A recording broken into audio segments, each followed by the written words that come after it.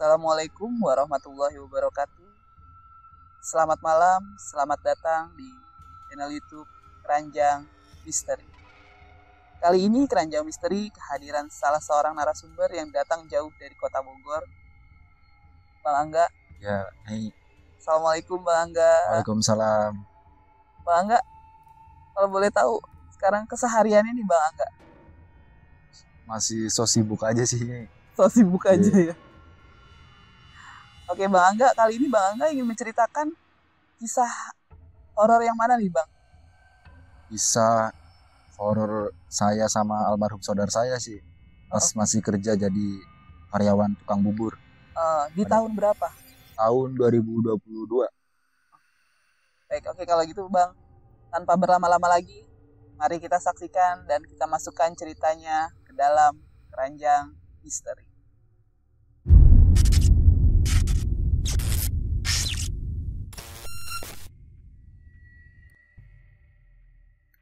Jadi ceritanya itu di tahun 2022 Nyai. Jadi kebetulan bos ini teman dari om saya nih, Om Herman. Dia tuh main ke rumah Om Herman ini. Main ke rumah, nanyain saya gitu, nawarin kerjaan. Karena kebetulan saya itu kan lagi nganggur tuh pas itu. Saya lagi nganggur, Om Herman tuh nanya, kamu mau kerja nggak? Kerja apaan? Kerja bubur ayam. Saya masih bingung kan, bubur ayam. Satu nggak pengalaman kan.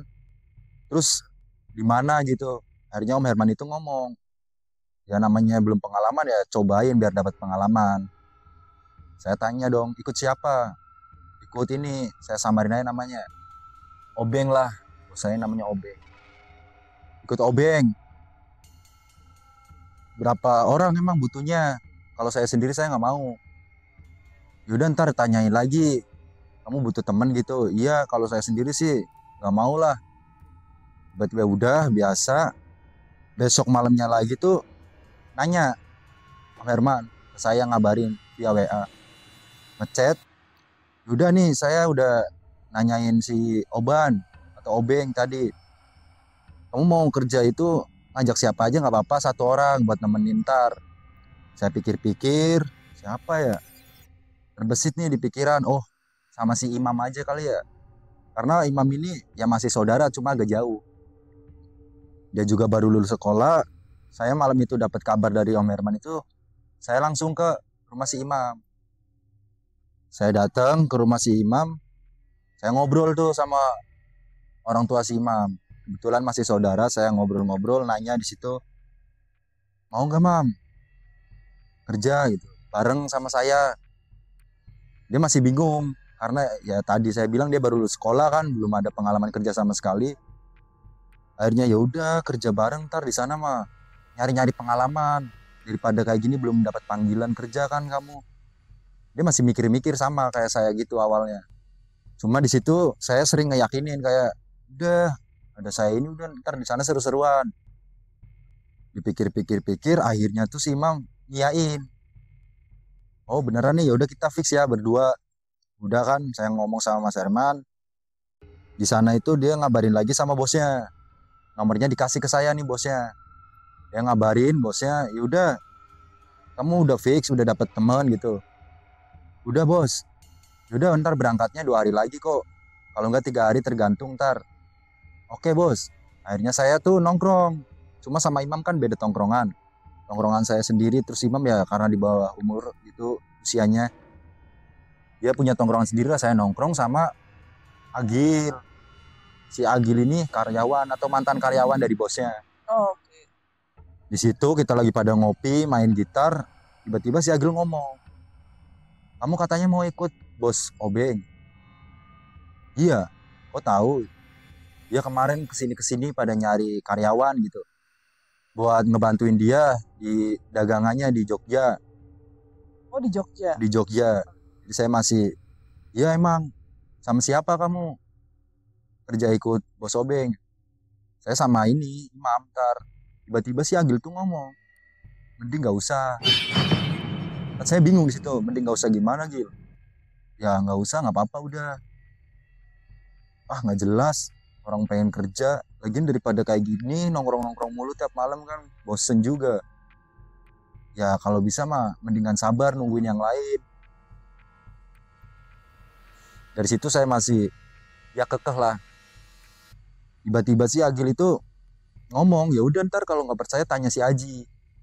Kebetulan si Aji datang nih, kita berarti rame nih di rumah salah satu teman kita ngobrol di situ. Saya nanya ke Aji, Ji, enak nggak sih ikut si bos ini, bos Obeng? Gitu. Nggak enak, emang kamu mau ikut? Dia mau ikut ntar sama si Imam. Dia lah sama jawabannya Nyai, kayak nggak usah. Tapi nggak usah itu belum ada apanya itu loh, kayak alasan nggak usah itu apa? Oh. Saya masih bingung di situ. Ya intinya nggak usah. Kalau mau ya udah terserah. Udah kan, ya udah ngobrol ngopi lagi, udah lupain tuh pembahasan itu. 2 hari kemudian itu tepatnya jam 8:30 malam. Bos Obeng ini nelpon saya, tanya di mana posisinya. Masih main nih. Kita berangkat malam ini. Oh, berangkat malam ini. Ya, kumpul di mana, Bos? Ya, biar bareng aja kumpul di rumah kamu apa di rumah si Imam, biar ngejemputnya bareng gitu. Oh, dijemput posisinya. Dijemput. Dari situ saya langsung balik kan, nggak sempet prepare. Saya balik tuh langsung prepare baju lah sama ya buat ganti ntar di kerjaan. Langsung menuju ke rumah si Imam. Saya ngabarin lagi, saya udah di rumah si Imam nih, Bos. Kita masih ngobrol-ngobrol sama Imam ya biasalah. Dikasih wejangan sama orang tua si Imam. Kayak ntar kalau kerja di sana yang benar, niatnya nyari duit, jangan aneh-aneh lah. Ya di jam 9 malam datang tuh travel. Pas banget di depan rumah si Imam. Travel datang, kita dipanggil. Kan posisi kita di dalam. Dipanggil buat ngobrol-ngobrol lagi dan udah kita berangkat malam ini.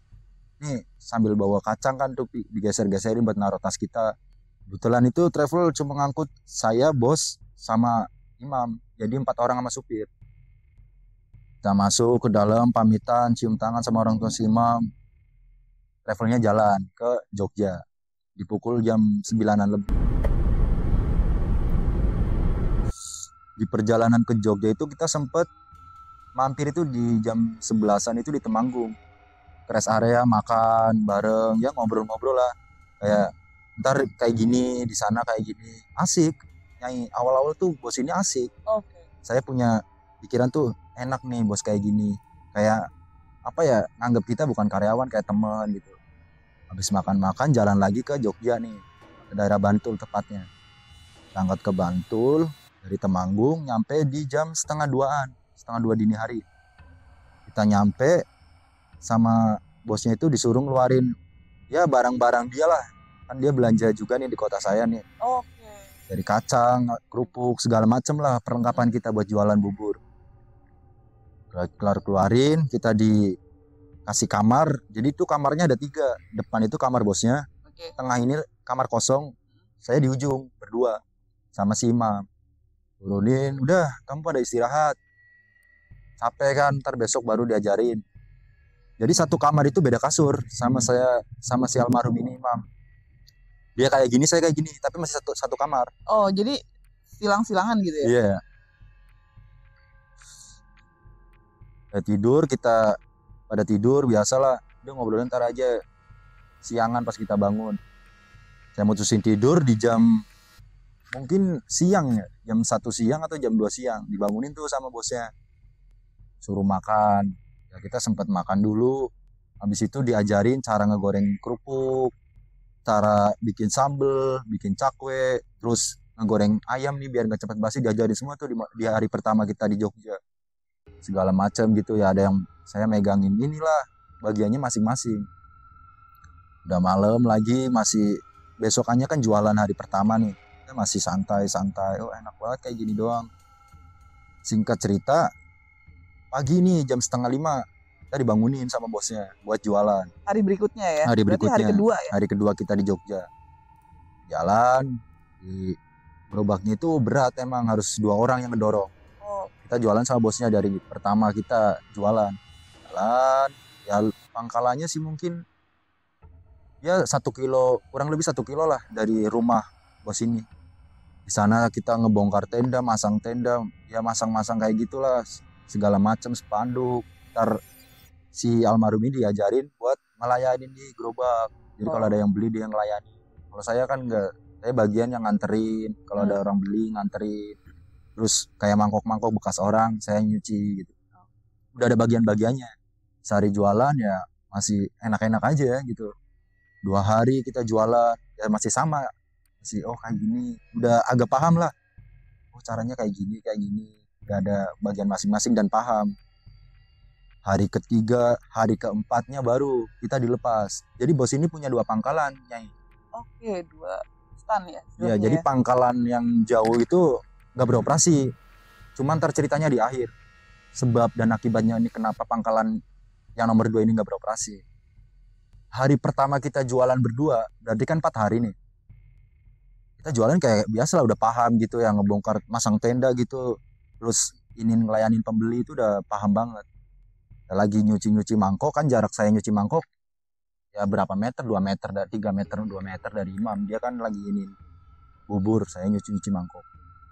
Kan kalau udah agak siang, jam 9-an udah agak sepi nih. Si imam manggil saya, "Gak, sini." Saya nengok dong, lagi nongkrong gitu, lagi jongkok nyuci ini. Apaan? Dia ngebuka laci si imam. Laci ini dibuka, duitnya banyak banget. Jadi duit ini ada 100 ribuan, 50 ribuan. Di situ dia ngomong, "Banyak ya?" "Banyak gimana?" "Ya ini." "Iya juga, kan kita yang jualan, jadi kita paham dong. Kita berapa orang atau berapa porsi yang kejual. Itu totalan bisa 6 juta, 7 juta. Dari jualan bubur? Dari jualan. Dari jam 5 subuh itu nyampe jam 9. Itu duit kaget. Karena kan kita yang ngerasa jualan nih, ada yang beli. Kita tahu dong ngira-ngira, gak mungkin. Seandainya habis juga ya paling 1 juta ke bawah. Oke. Itu ada 7 juta, 6 juta totalan. Nyampe diginin sama si almarhum, digini. Terus itu ya udahlah, biarin. Kita nggak pernah pikiran macam-macam kalau ada hal-hal di luar itu. Mikirnya kayak enak banget ya jadi tukang bubur, jualannya kayak gini doang, duitnya banyak. Pikiran kita saat itu kayak gitu. Udah, dan jualan kita itu balik jam 10 lebih, setengah 11 lah. Oke. Itu bubur nggak pernah habis, Nyai. Tapi uangnya banyak? Duitnya banyak. Akhirnya dari situ kepikiran dalam arti, daripada dibuang ya, itu masih ada 7 porsi, 8 porsi lah. Saya inisiatif dong buat bagi-bagiin ke anak jalanan, tukang parkir di situ, dan ya orang-orang yang saya temui lah di jalan gitu. Udah gitu sehari balik, biasa dong rutinitas nyuci apa segala macem. Bos ini nggak pernah nanya sehari dapat berapa. Nggak pernah nanya sama sekali. Kan ada duit itu 2, jadi di laci sama di kaleng. Kalau di kaleng itu udah dapat dari rumah, paling bawa kembalian 120 lah. Kalau di laci itu buat yang duit-duit gede. Dia nggak pernah nanya. Dari situ 2 hari kemudian, di hari kedua saya jualan berdua nih, sama, masih sering ngasihin, ya nggak pernah jual itu kita nggak pernah habis. Selama kita jualan berdua itu nggak pernah habis. Jualan, dan lagi-lagi bos ini nggak pernah nanya tentang dapat hasil berapa, itu nggak pernah. Paling kayak kita lagi iniin bersih-bersih, dia ke gerobak ngambil duit. Jadi kalau bos kan biasanya dapat berapa, terus apa nih habis, harusnya gitu dong. Dia nggak pernah. Dan kita belum ada rasa curiga ke situ. Hari kedua masih biasa, hari ketiga biasa, baru di hari keempat. Berarti kan udah 1 minggu nih. Ya. Saya di situ, bos ini ngeliat.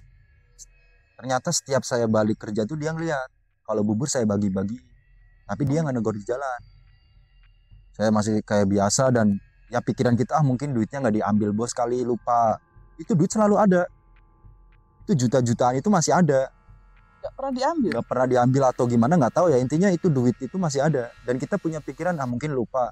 Tapi kalau lupa sehari 2 hari mah nggak masalah. Kita udah jalan 4 hari loh, kok nggak pernah diambil, pikiran kita gitu. Udah, dia ngeliat saya ngebagi-bagiin bubur nih ke orang-orang, balik-balik saya dimarahin sama bosnya. Dia di depan pintu tuh buka baju, dia sambil nunjuk-nunjuk lah ke arah saya gitu. Kenapa dibagi-bagiin? Masih sisa bos. Jadi saya inisiatif aja buat dibagi-bagiin. Dia bilang lagi, itu bukan hak kamu. Buat ngebagi-bagiin itu bubur saya. Saya cuma diem di situ, nggak berani ngebantah. Akhirnya ya udahlah, mungkin salah saya. Akhirnya di situ besok, berarti kan udah 8 hari. Saya nggak berani ngasih lagi ke orang. Itu bubur kita jualan nggak pernah habis. Makanya itu alasan saya sendiri buat ngebagi-bagi. Di hari ke-8 saya nggak bagi-bagiin, balik dong masih sisa. Itu sisanya pasti takaran 7 porsi 8 porsi. Selalu Seperti itu. Habis dari saya nggak ngebagiin, balik dari pangkalan nih, si Imam itu lagi nyuci mangkok, bersihin gerobak. Saya ditugasin buat ke kamar mandi. Jadi kamar mandi itu ada 3. Sebelum kamar mandi itu ada sumur tua. Dan Imam lagi nyuci naruh barang di situ, ntar ke gerobak bersihin. Kamar mandi sebelah kanan itu punya bos, di tengah itu punya saya berdua nih sama almarhum sama Imam. Sebelah kiri itu nggak pernah saya ke situ dan nggak ada keinginan buat ke situ, nggak tahu deh. Selama kita di situ 1 mingguan lebih itu nggak pernah ngebuka kamar mandi sebelah kiri. Itu saya bawa bubur, saya bingung. Tiba-tiba bos ngomong, buang aja tuh yang di sebelah kiri. Itu pertama kalinya saya ngebuang bubur di kamar mandi yang sebelah kiri. Saya jalan, si Imam lagi nyuci tuh di dekat sumur. Baru saya ngebuka kamar mandi, itu ada sosok. Jadi kayak gini. Sosoknya itu kayak tuh, dibilang tuyul, tapi mukanya tua.